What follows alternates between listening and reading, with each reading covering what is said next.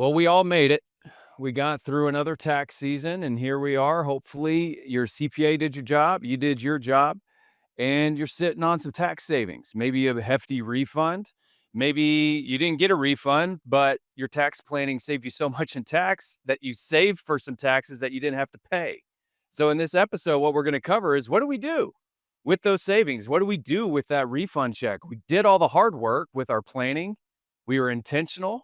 We had a plan and we executed the plan, and we see the fruits of that coming through on the tax return. So, let's talk about where are we going to put our cash? What's the best way to use our tax refund or savings? What do you think, Kevin? Go to Vegas with it? It's not a bad start. I mean, I'm going to say no idea is a bad idea. Vegas is an option. Yeah, I say that in jest. Don't do that. Okay, don't go to Vegas. To an extent, I mean, I don't think it's bad if you, let's say you performed a tax plan that took a lot of work and it was a lot to execute. I don't think it's a bad idea to save some of those savings for fun. Now, we don't want to just take all of our savings and put them on the roulette table, but I think enjoy the fruits. I mean, that's why we're here doing this is one, to get money away from the government back into your pocket. Now, you could be an investment robot or very investment, conscious and be like, every dollar I have to maximize. That could be a stressful way to live too. So you want to kind of balance your life too, to where, yes, I'm investing, but I'm also enjoying. Because otherwise, what's the point? Well, don't make fun of me, Kevin, but if you liked having that lower tax or that bigger refund, or if you enjoyed that, here's a brilliant idea. And this is better than Vegas from my perspective. Use your savings to invest in another tax advantaged investment to lower your taxes next year. Continue to snowball those savings from year to year. Grow your financial freedom by more tax planning with your tax refund. I mean, obviously, I would agree with that. Because you and I do that personally, right? Yeah. Like Mike and I, we save for every dollar the firm makes, we save into a tax account our taxes. Hmm. Now, there's a couple things we could do with those savings. One, we could just pay our taxes. That's just not very fun, not very good steward of our No, money. it's malpractice in our Yeah, profession. it's Yeah. borderline, I couldn't sleep at night. So we saved the taxes, we got it. But now what we could do is also invest into tax advantageous things like we've talked about on this podcast before. We can invest it back into our business, which also, depending on what we invest in the business with, provides tax deductions as well. So we can grow our business with it. We can invest it. Um, I mean, right now, Mike, the market's been down. It is a great time to buy some stocks. And, you Yes, it recently is. went through this and you're kind of riding the roller coaster of the New York Stock Exchange. But that's not a bad plan either. The market's low. Get some stocks while they're low, so long as you know what you're doing. It's not a bad plan either. It's just not tax No, it's not advantageous. tax advantageous. But when I see Tesla at $220, I gotta buy some because $220 in 10 years, when people say, I bought Tesla for $220, which I'm gonna be able to say, um, we're gonna sound like geniuses because it's gonna be worth millions. Millions is my humble opinion. But again, we're not investment advisors. Don't take our investment advice. Pay attention though to our tax saving advice because that's where we really do know what the heck we're talking about. No, absolutely. And, Mike and I are kind of opposites. So we're a very good blend. And we work well together because he bought this individual stock. This is our just investment theology. There's no right or wrong. One's more risky than the other. Mike just bought straight up Tesla stock, which is going to have a lot higher upside than what I'm doing, but it's going to have a lot more risk on the low side too. So what I did is, since the market is low, what I did is I bought a bunch of index funds like S&P 500. I bought also some mutual funds like semiconductor mutual funds, retail, international. I diversify my diversification with more diversification. And then when I think I'm diversified, I diversify more. I'm super conservative when it comes to that. I'm not riding the wave as much, but my plan is to slowly just grow over time some of those investments. Mike is too. Mike's not going to be selling this Tesla stock, but It's he's hard going to have not a, to when you make $20,000 in one day. It's really hard to remember yeah, this is a long-term thing. That's what my wife is there for. She's like, no, no, no, no. You told me this was for 10 years. I'm like, yes, honey. yeah, you'd be a Yeah. millionaire in 10 years and I'll be under you, but I won't be as Let stressed. let me talk about this in this specific time because you brought up a great point. The stocks are down. Everyone says we all know this methodology: buy low, sell high. But think about this historically. The greatest wealth generation in the 20th century, the companies that made the biggest, the individuals that became the next barons, those are the ones who invested during the Depression. Those are the ones that went and grew their companies during the Depression. To a lot of people, they look crazy. They look stupid, but they bought when the country and the markets were down because they believed in America like we do. They knew that this is just a downtime. We're going through a correction. A correction means it's a temporary thing. It's going to go up over time.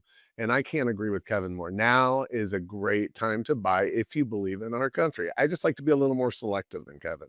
I know in the S&P 500, there's some terrible, terrible stocks in those 500 stocks. Same thing in the Dow Jones Industrial Average. But you also look over time, as much as I hope my single Tesla stock outperforms the market, I do believe it will. I could be wrong because you look at it over time, people who have tried to speculate on individual securities versus having bought in indexes or mutual funds, those people who speculate on this individual securities tend to not make near as much money over time. As a matter of fact, they tend to lose more money over time. So you got to be careful. If you happen to pick the right one, it's great, but then you're kind of like doing Vegas. Um, yeah, so I just wanted to throw that out there. No, no, that's good insight. Yeah. I just love the S&P because like you, I believe in our country. I am very, very hopeful that our country will recover. Has been historically for the past 200 years. You could just look back and see all the trials and tribulations our country's gone through. We always come out better and stronger. I personally am hopeful with this administration with the tariff strategy. Now, I don't think the tariff strategy is perfect, but I do believe that it is going to generate wealth, jobs inside our country. There's no way that I don't think that with more investments coming into our country that the We've already S&P. had $6 trillion in committed new capital over the next 5 years to invest in the US and pharmaceutical companies and computer chip companies. I mean, $6 trillion is pouring into our economy, and it's not over yet. Once this new tax bill comes out, once people can bank on and they have predictability about what taxes are going to look like, especially if they bring back 100% bonus depreciation, we're talking tens of trillions of dollars are going to be invested in this economy over the next few years. That is not a better time to buy, man. Our country is about to go through the roof. Yeah, and so, that's just one example of what you do. If you're sitting on this refund or you're waiting on your refund, from our client's perspective, the refunds haven't been delayed as much as I thought they would. From just your original filing tax return, our clients are receiving their refunds. And they're going to get a big bulk of cash back if they've had W-2 jobs with withholding and we chipped away at their taxable income, they're getting a refund. So, yeah, this is a good topic of conversation. And just straight up investing is a great way to utilize that refund. I think the worst thing you could do, and it's not even a bad option, but the worst thing you could do is just stick it into your checking account and just look at it every day. Depending on the size of the refund and your personal financial situation. Now, if you have personal debt, you may have different goals set in mind for your personal finances. So let's say you're sitting on some high credit card debt. I would probably start chipping away at that because nowhere you're going to get a 17 to 22% return what these interest rates the credit cards company charge. There's nothing you're going to do that can beat that consistently. That is a guaranteed 17 to maybe 25, 30% return depending on the interest rate. So you want to look at your debt first. If you are getting a big chunk of money back and saying, okay, do I want to tackle some high yield debt that I have and save some money? I mean, that is a great, if you think about it, it's a great ROI because you're eliminating debt. And you also think when you were paying down debt versus wanting to invest, by paying down debt, you are truly investing in your future. The more debt you can pay down now, the more capital you are freeing up in the future to be able to invest in tax advantage investments, in high growth stocks, in long term growth strategies. So paying down debt, especially high interest debt, don't pay down your 3% mortgage, man. This is coming from a guy who had to twist his arms 3 years ago to stop paying extra on his mortgage every month because I do love Dave Ramsey. I am a fan. I want to be debt free. Everyone wants to, but Go back to our podcast. Go to the episode we did on debt with Stephanie Riley. Not all debt is bad debt. Mortgage debt is good, especially when you are making money in arbitrage, because 3% mortgage on my mortgage right now. If I pay that down, what I'm choosing to do instead, if I pay that down, I'm choosing to not make 5 or 6% in a money market account. So you can truly have arbitrage. There are 5% money market accounts with CDs all over the place right now. Instead of paying down 3% debt, put it in the money market, use it to pay your interest on that 3% debt, and you're making 2%. That's what's called arbitrage. It's guaranteed money making. So, like Kevin said, high interest debt, consider that. Or consider a little of each. So I was just talking to a friend of mine from high school I hadn't talked to in 30 years. Apparently he heard one of our podcasts and reached out to me. And he's in Vegas. He's doing all right. He's struggling, but he's making 83, 84 grand a year in a W-2. And he's paying almost 10 grand a year in taxes. I asked him, if you could make 10 grand extra this year by saving all those taxes and getting them back, how much would that change your life? He's like, I can't even imagine that, Mike. I'm never going to get that kind of bonus or that kind of raise in a couple of years. It's not going to happen. So I told him about our tax strategy with getting into Turo, going and buying a vehicle that can be bonus depreciated, right? And then renting it on Turo. The guy's working 45, 50 hours a week, but he's single, doesn't have a family. He's got a little extra time. And ultimately, he is going to do it. He's buying a Turo vehicle, one that's over 6,000 pounds, meets all the rules to be eligible for bonus depreciation. We're anticipating 100% bonus depreciation is going to come back. He's going to pay about $90,000 for this vehicle. He's only going to pay $4,000 down. The rest of it's finance, and it's a good finance. It's 0.9%, I think, for 5 years. He's going to take that vehicle and he's going to rent it. He's probably going to work 3, 4, 5 hours a week renting it in the Vegas area. He's going to get cash flow from it, Lord willing. And I believe he will, because he's going to be serious about this. But he's also going to get a $90,000 tax deduction. And because he is materially participating in this business, he can use that to eliminate his taxable income from his W-2 in 1 year. Just eliminate it and pay zero federal income tax that year. That's not a bad idea. So in this guy's case, he did have a pretty decent refund. He also had saved, he had some decent savings. It was his vacation fund that he hasn't taken a vacation in 3 years. And he paid $5,000 down on a credit card, which was his only high interest debt. And he put the other, and he's buying this vehicle and going to Turo it and make cash. So not only is he saving almost $10,000 in federal tax this year, Kevin, he's probably going to get 6, 7, 8,000 in cash flow. That's going to grow his nest egg. Now he's going to have more investment money available next year. Maybe he can take that vacation next year and do another tax advantage investment. Tax advantage investments is a great option with your refunds, but there's other things to do. It just Kevin, jumpstarts your ROI, like if you get absolutely. that tax deduction. And in this example, I love this example. There's a couple of things that even it opens up more. Is he's a W-2 employee, but now he's self-employed.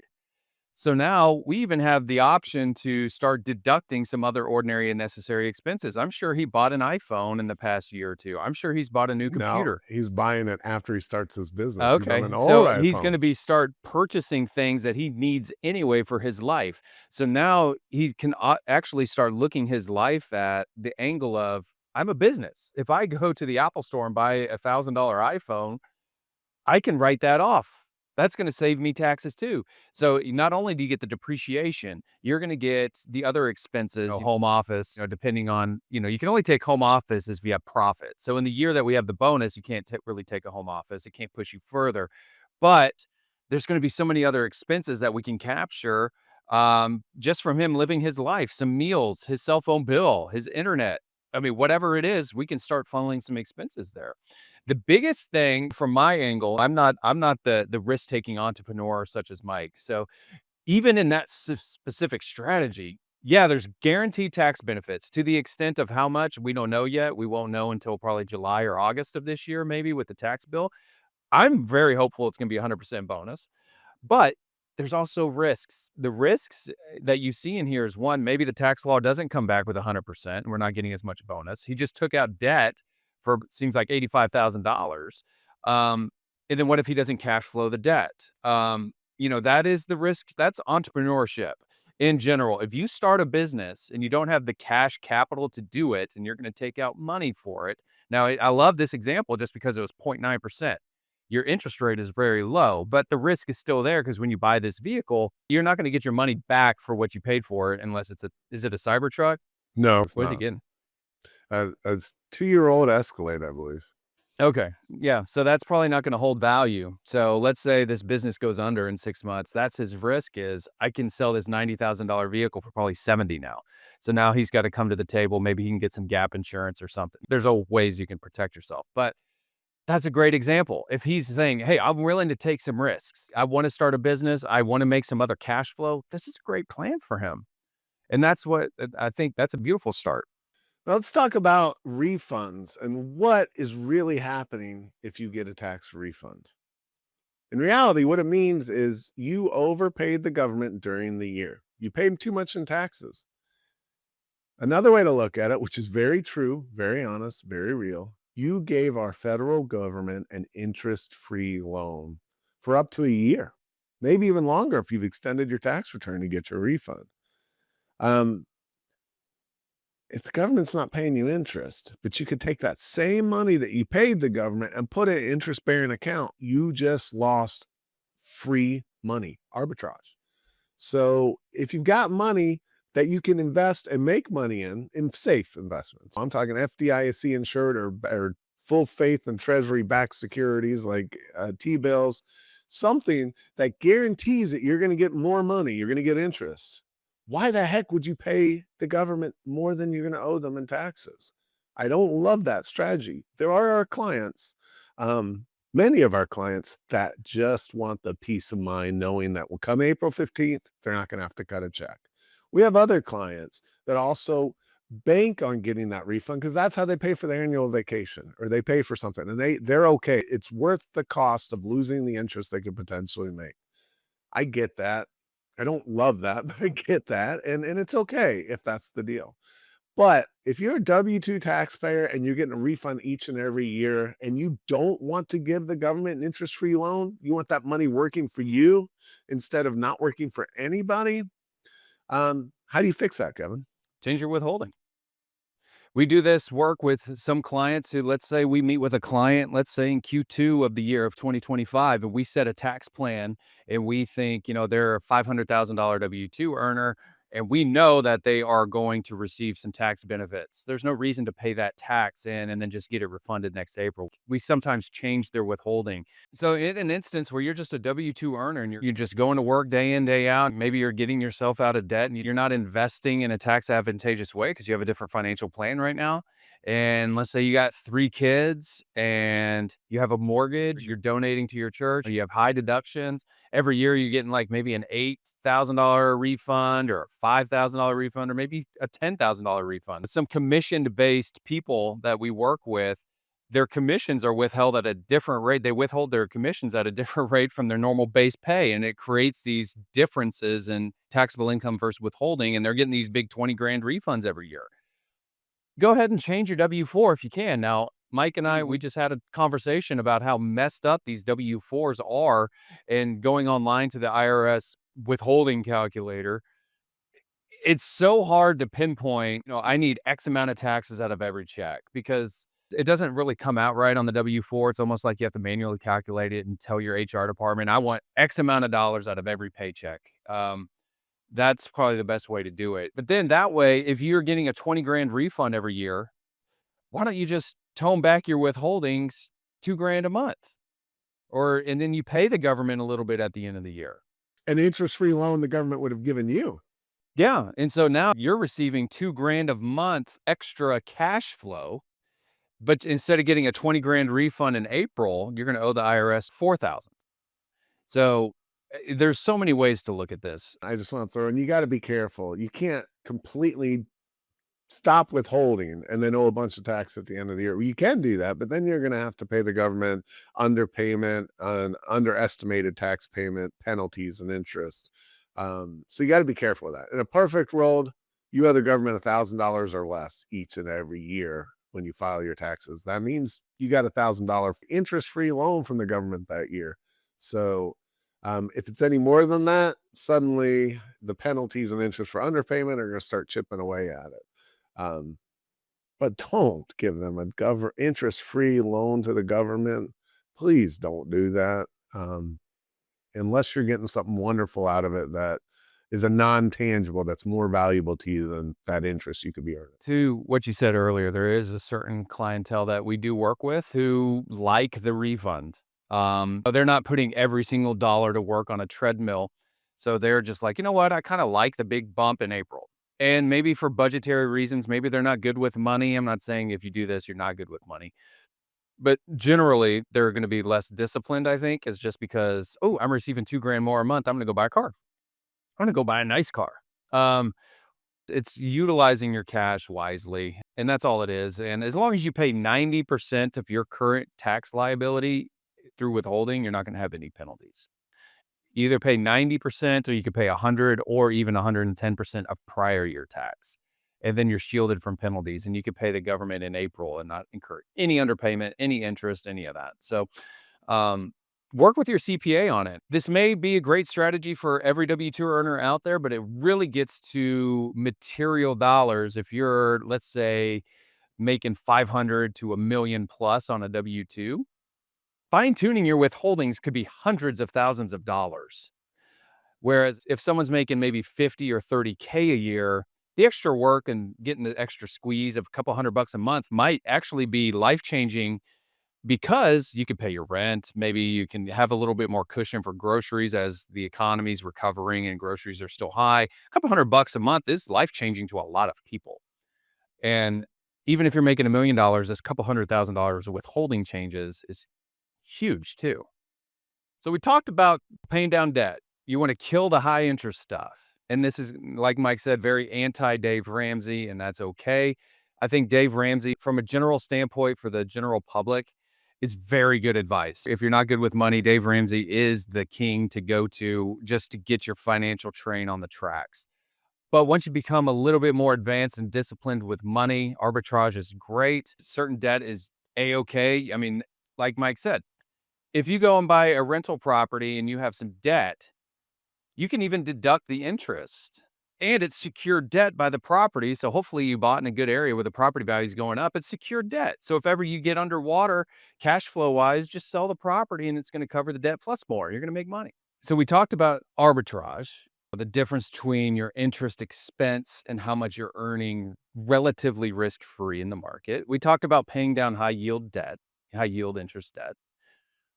In relation to that, what else you got, Mike? Let's go back to the concept of taking your tax savings or your tax refund that you just received and use it to make a tax advantaged investment. I want to talk about the power of that, the wealth building power of doing something like that. Not only would you lower your taxes again for the year 2025, not only are you buying an investment that's hopefully going to perform over time and grow, but by paying down or reducing your taxes for 2025, you're going to have that same issue and opportunity next April in 2026. You're going to have lower taxes. You might have a bigger refund. You're going to have more money to play with. What do you do then? Well, if you continue to play this out and snowball this each and every year by buying another tax advantaged investment, now you have two tax advantage investments 2 years in a row.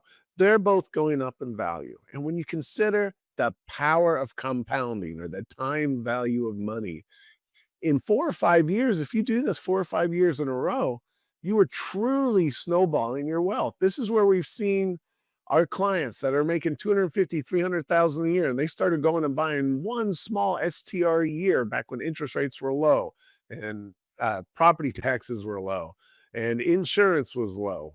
Back then, they were able to buy this one a year. And they were in a job where maybe they might be able to work another 20 years and get up to 400,000 a year salary, but they weren't going to really build life-changing generational wealth.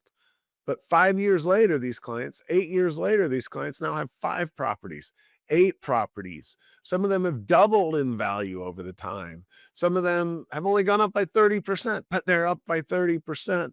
And all of a sudden, this guy making $250,000 a year has got, in 5 years, $1.5 million in equity. And he continues, at that point in time, you may be making enough cash flow where you could quit your job. Or maybe even better yet, don't quit your job. Keep your job, but continue to take all that extra cash flow you're making and invest more.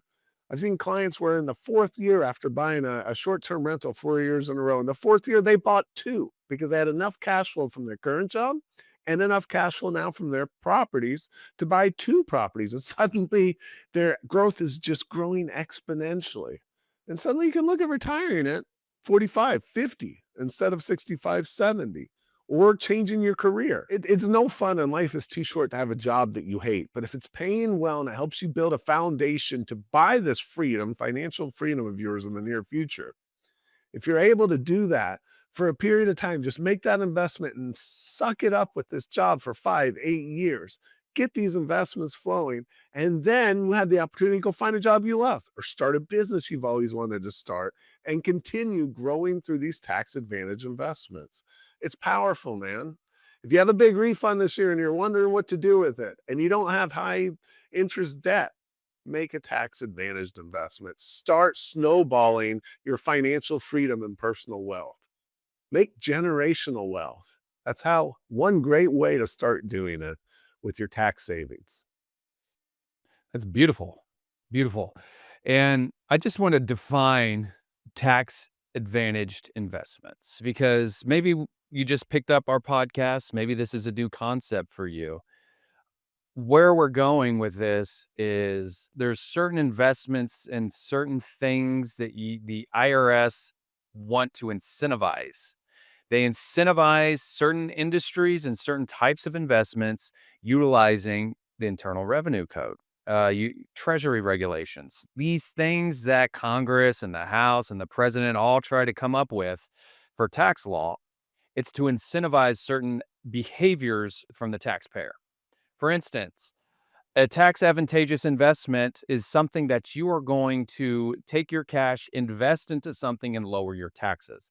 There's certain industries in the code, such as materially participating short-term real estate, rep status, which is real estate professional status on long-term real estates.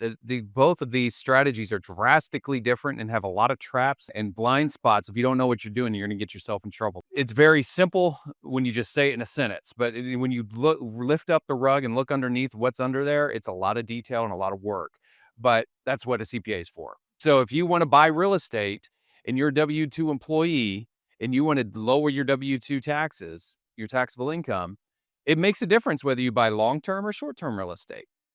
And so you need to know the differences of those. One's going to be tax advantageous for you and one is not. Oil and gas is one that Mike and I love. Mike and I do oil and gas every year. We believe so much in the oil and gas industry and the oil and gas tax benefits that we started our own oil and gas fund for us and our clients. It's just an easy way to invest money into our country's natural resource production and get strong deductions against your W-2 income. And then you get more tax advantaged income off oil and gas investing via depletion. So it's almost double advantage. You're not even paying tax on every dollar you receive as income from an oil and gas well. It's beautiful. And so those are kind of examples of what the tax advantage investment is. What is not a tax advantage investment is paying down debt. That's not going to save you on your taxes. It might be a good investment, but it's not a tax advantaged investment. Sure. Also buying stocks, like we were talking about earlier in the podcast. Going and buying stock is not a tax advantage investment, but the IRS actually has advantages built into it. If you hold a stock investment for 12 months or longer, you're going to get what's called capital gain treatment, which is a lower tax rate than if you buy stock and sell it and then buy it again, sell it again. And you do day trading or you're doing these really short buy and holds in the stock market. That's going to be ordinary income, all the gain. Whereas if you hold it for a year or longer, you're going to get a capital gain rate, which could be 0%. It could be 15%. It could be 23.8% too. So you get tax advantaged holding periods on stock, but you don't get a tax advantage investment right off the get-go. And There's also on dividends. If they're qualified dividends, you're going to get the long-term capital gains tax rate for those qualified dividends. So there are some tax advantages in stock, But like Kevin said, it doesn't give you an immediate bang for your buck. You won't get a refund because you made that investment this year or significant reduction in your taxes this year. That will give you more money to invest in the next investment. Yeah, what we love as it's tax CPAs, and we always preach on the strength of a team, having a financial advisor, an attorney, a CPA, all working with you to make sure everything's covered. Because if you come to Mike or I or anyone on our team, what we're going to do is going to say, I want your taxes as low as possible. That's my job. The financial advisor is going to come along and say, hey, I love that, but there's some weaknesses in there from a long term planning perspective, their cash flow. There's maybe some risks the client doesn't want to take, and they help bridge the gap because I would love for your taxes to be zero, but a financial advisor is saying, yeah, but we can grow their net worth a little quicker by investing in here or whatever, which may not be tax advantaged. So if you come to us, what we're going to do is present to you options to get your taxes as low as possible. I want cash to come out of your bank account into an investment. I want ROI on that cash that went out, and I want your tax bill to be dropping because the tax bill dropping is going to immediately provide you an ROI. And so that's what we love. But the financial advisor may have a different viewpoint, which is why we always have the team. And so just be thinking about that. If you're curious, please reach out to us. We would love to just have a free conversation with you. Have a conversation with Mike or I personally. We would love to just get to know you, see kind of what your situation is. Maybe you have some tolerance for some risk, like we did in the Turo example. Maybe that's too risky for you. And you're like, I want some more stable, tax advantaged investments. We can walk you through some options there too. You have a lot of options. We mentioned a bunch of them, but there's still a lot more options that we didn't have a chance to discuss here. Like Kevin said, form a team, form a financial growth strategy team, a financial advisor, a tax strategist. And if you're going to be getting into different businesses or alternative investments, a good attorney. Get that team together and figure out what to do with your tax savings and your refund. And it's okay to take some of that refund on the roulette.